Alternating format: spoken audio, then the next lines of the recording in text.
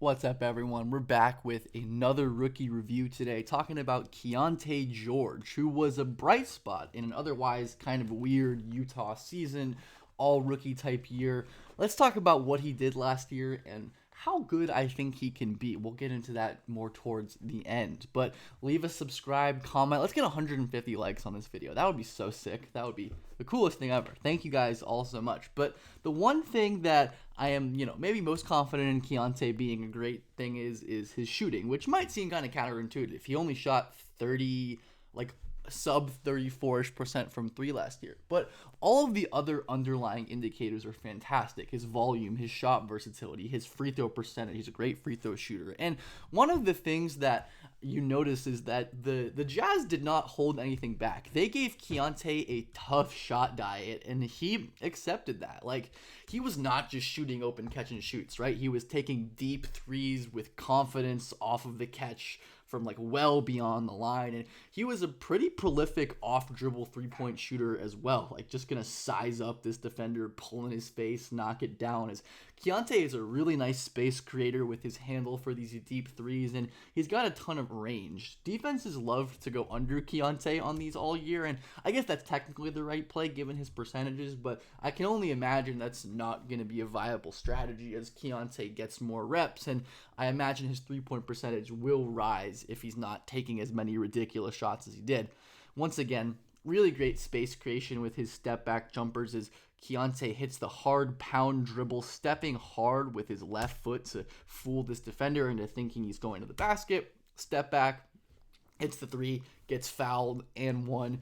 Keyonte was a really impressive shot maker this year for a rookie, and as we're going to watch throughout this, I do think it's more than the percentages. Confident pull-up three in transition. Like, these are not easy shots that Keyonte is taking and making, and I do think this is maybe a benefit of the Jazz being kind of irrelevant for a lot of last year. You can afford to let your rookie rock out and take these tough shots.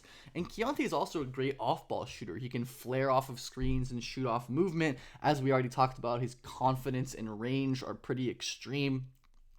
And he's just not going to shy away from these attempts when you leave him space. Like Keyonte and Sexton running a little guard screen here. Shaden switches on, but doesn't get up, and Keyonte is going to pull that in his face every time. And success rates will vary, but I think that these kind of plays are a good sign for Keyonte going forward, not only of this high level shooting upside, but the fact that he can be as efficient as he was on, like I said, a generally very difficult shot diet, like a lot of early clock, tough pull-ups. And I think it's fair to criticize the shot selection at times. But again, as I mentioned before, the offense as a whole, the team as a whole was kind of a disaster, weird roster, not winning a lot of games, obviously. So I do understand Keyonte taking a lot of the shots that he did. So the shooting I'm pretty high on. And then the other thing that was really impressive is the floater touch and the foul drawing. Keyonte is a really talented foul drawer and has amazing touch in this floater range. He's going to draw a foul on Thad Young, somehow hit this tough floater. He was amazing at these all year. Keyonte, I think, took almost 120 or around 120 floaters and shot around 50% on them, which is really impressive. And the foul drawing craft is so good. He's great at leaning into defenders when they're off balance and putting shots up and drawing fouls. Already has that, like what the call was. But point being, Keyonte hit another floater right there. Again, gonna just ridiculous touch. I think this is with his left hand, where he's gonna like bump Euro Jacob Gilliard away, hang off of his right foot. It looks like it looks like he uses his left to get that one in. The touch is great. He's a really impressive, tough shot maker on the interior. And like I said, the floater game, again, he gets Jaden McDaniels in jail, really elite defender, able to draw a foul, keeping him on his back, stopping his momentum to force Jaden to kind of get into him and foul, and he ends up converting the N1. The floater game was legit. That's a real weapon when he gets into that, 12 to 8 foot zone. And he's really good at like blending his floater into passing as well, which we're going to get more into the passing later, but love a play like this where it kind of like looks like he's going up for a floater and Gafford totally bites on that. But at the last second, he blends that perfectly into a lob to the wide open John Collins. So some of the beginnings of some pretty advanced driving and playmaking stuff was what we saw this year.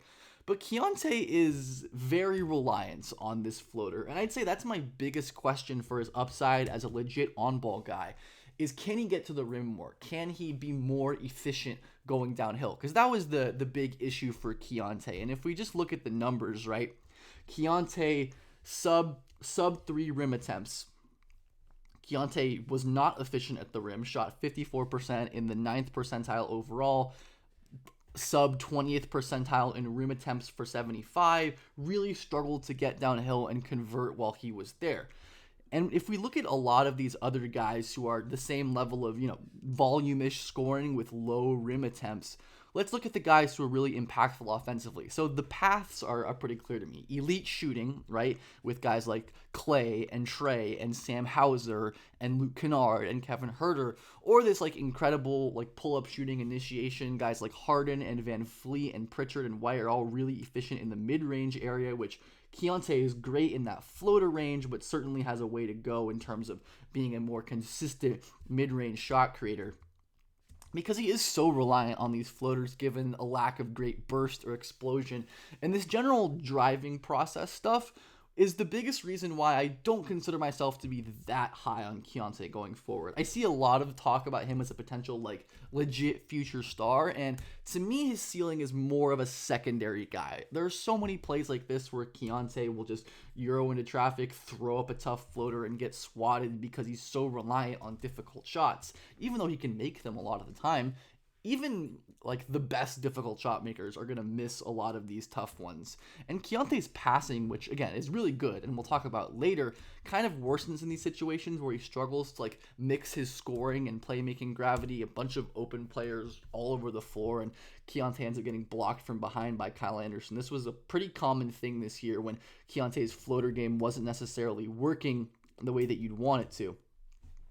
He just really struggled to finish in traffic, and Keyonte being so touch reliant. Good job right here beating PJ Washington off the closeout here, but this scoop layup stuff is tough when you have real rim protectors in the paint like Gafford and you're relying on this outsized touch. You can see that Keyonte doesn't really get very high off the ground. He can shy away from contact, which is funny given how great of a foul drawer he is with this little craft and patience, but he will shy away from contact. Again, we see Keyonte cannot explode at all, and he's very reliant on these seals from Walker Kessler, right? He can't attack Chet normally, so he's going to try to run behind Walker Kessler, but it was a bad seal, and Chet easily blocks him at the rim. How Keyonte is going to get to the rim more and deal with these shot blockers is one of my central questions for him going forward, because if he can improve in that area somehow, I would be a lot higher on Keyonte's ability to be a legit on-ball guy.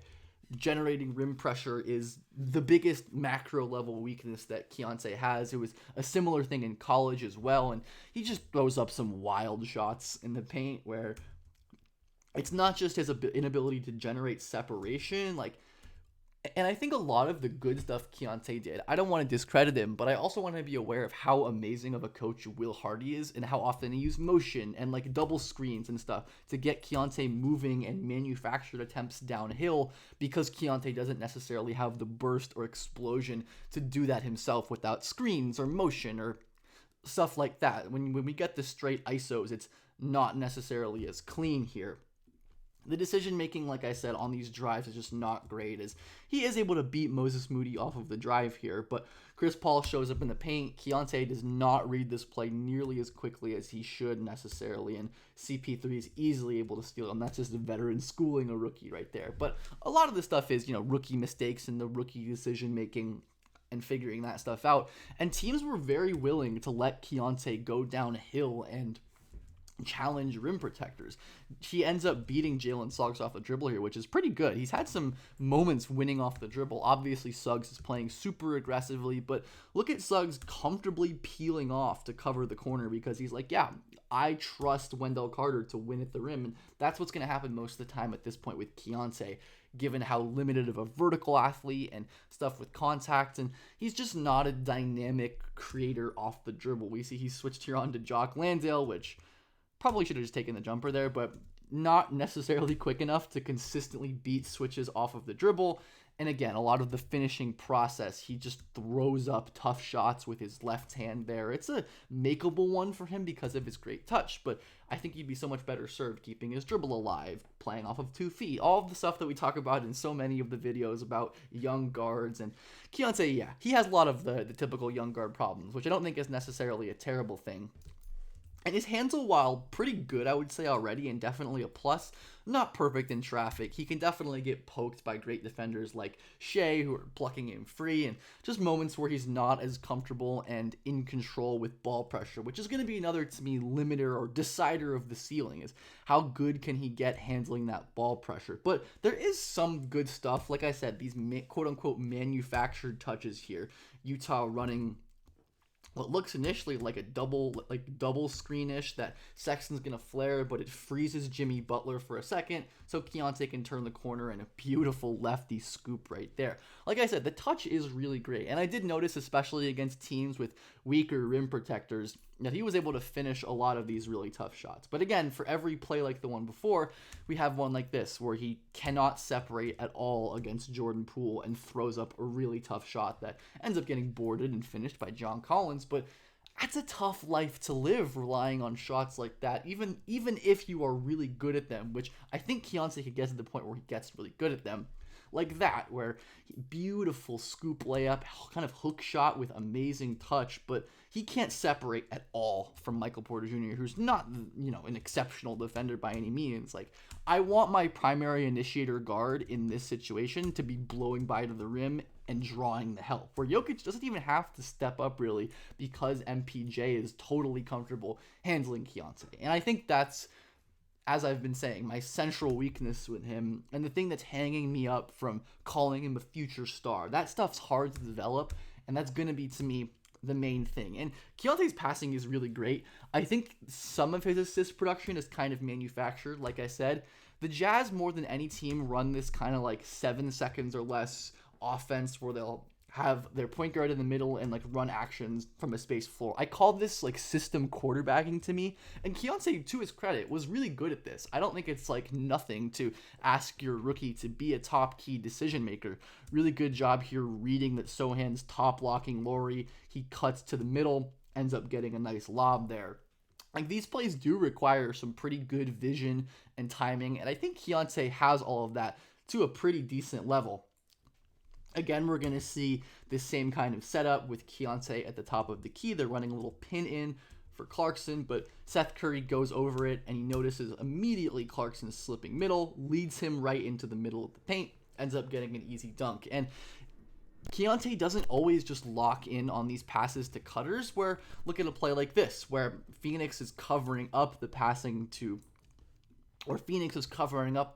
Clarkson as a cutter, right? Nurkic just kind of shading there, but Keyonte notices, hey, Nurkic is sitting in the paint. John Collins is going to be wide open. Let's get him a 3, and it's going to go in. So, like I said, I think this kind of stuff does inflate his playmaking numbers a little bit, but I don't think that means it's just like not worth considering, because it is important stuff. And he is a really nice passer with his offhand, like the same kind of touch I think he uses to excel on floaters, like really great lefty live dribble, whip pass low, really tight window here, threading it past Booker to Markkanen for the easy layup. Like, he has some really impressive moments as a playmaker. And I think the combination of shooting, which I believe in, and playmaking, which I believe in, can take Keyonte pretty far. Again, I don't know if it'll take him to true stardom, but he can be a really damn good player. As this is a great one here. Keyonte rejecting the screen with a quick cross. As I said, his handle is quite good already. Getting downhill, playing from the middle of the floor. Simple kick out to Collins, who ends up hitting the 3. It's a lot of like simple, easy stuff that's helped by how great this Jazz offense is. But when Keyonte can get downhill, which doesn't happen a ton, as we mentioned, but really good job, again, burning the help here. This like high ball screen kind of fools Allen, and really good job by Yurtseven here, like flipping the screen angle, and then he hangs in the air, flicks it with his left hand to Hendricks. Keyonte is a really nice like hang passer to the perimeter, which we're going to have a couple more of these. I don't think he's the highest level in terms of like anticipation or manipulation, but he really can hit these plays where he's kind of moving in midair. And there's some light manipulation here where looks like Keyonte is kind of looking this way and Eric Gordon's totally sleeping, but regardless does a good job finding Walker Kessler on the open play. Like, he's going to be a very capable secondary, type pick and roll initiator. He can run pick and rolls. He can make positive plays out of these.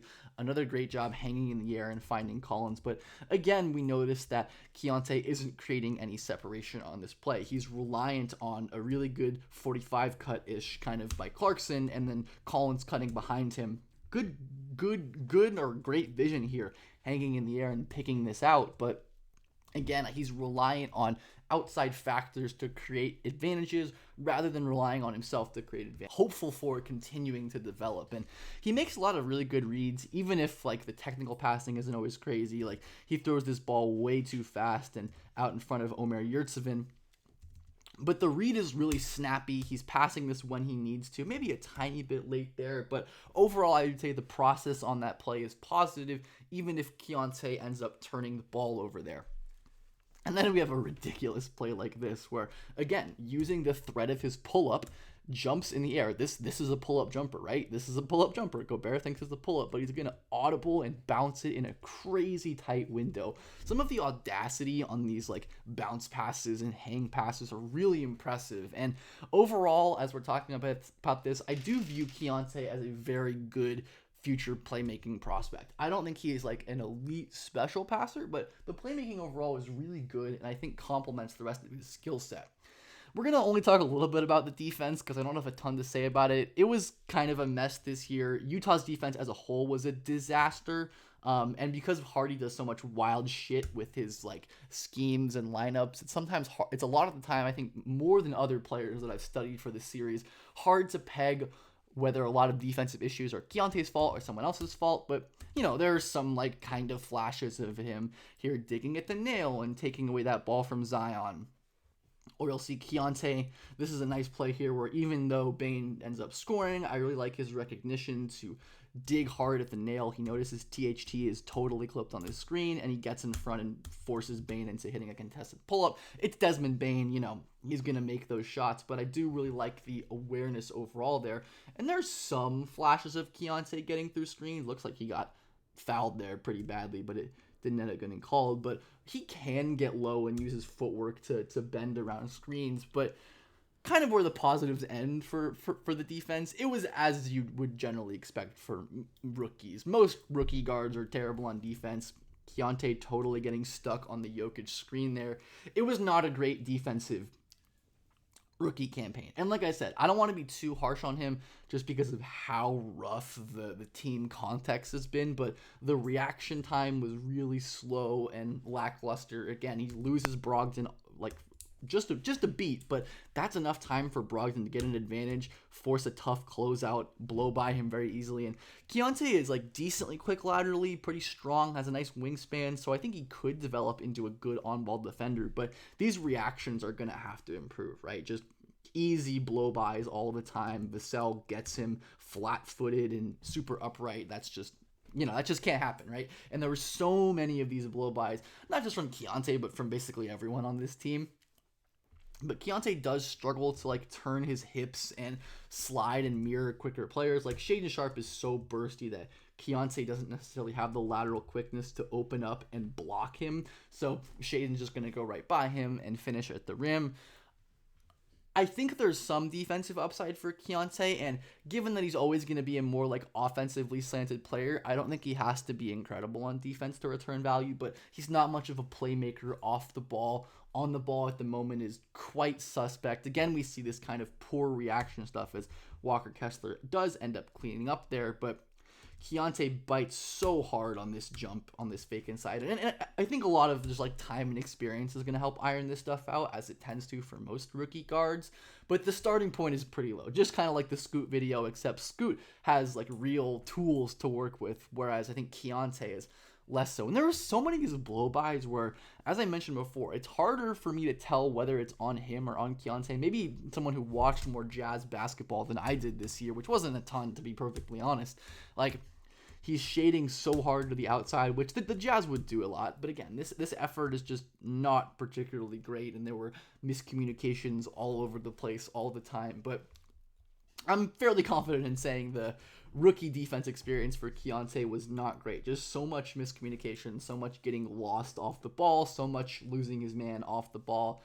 And I'm pretty much never going to be totally out on a rookie defender after, like I said, their rookie season. But it's not a great start. And I think because of the really poor infrastructure on defense in Utah, it's going to take a lot of time. And I think it's going to be a minute before Keyonte is a positive defender. So that's another kind of hang up for me, really buying Keyonte as a true star, because he's got to be really great on offense if he's not going to be a positive defensive player. I do think Keyonte is going to be a really good, solid offensive player. I can imagine his ceiling, or close to his ceiling, being like a D'Lo-ish type impact, where the lack of ability getting downhill and consistently creating at the rim lowers his ceiling. But that combination of shooting, handling, and playmaking at pretty good size are always going to be really valuable. And especially on a team like Utah, I trust a coach like Will Hardy to maximize George's offensive talents and to minimize his weaknesses, assuming the talent on the roster gets better over the next 3-4 years, which who the hell knows what Utah's plan is or what they're doing with this roster building. But I'm really intrigued to see what kind of steps Keyonte takes next year, because it seems like a lot of people are kind of penciling him in as this future star, lock, all-star guy, where I'm a little bit more hesitant to say that. I think some of the creation limitations and the fact that I think he can be very good at pull-up shooting and floater game and passing, but not necessarily elite at anything, has me a little worried. But what do you think? Do you think I'm way off on this evaluation? Do you agree with me? And let me know who you want to see on the next one of these.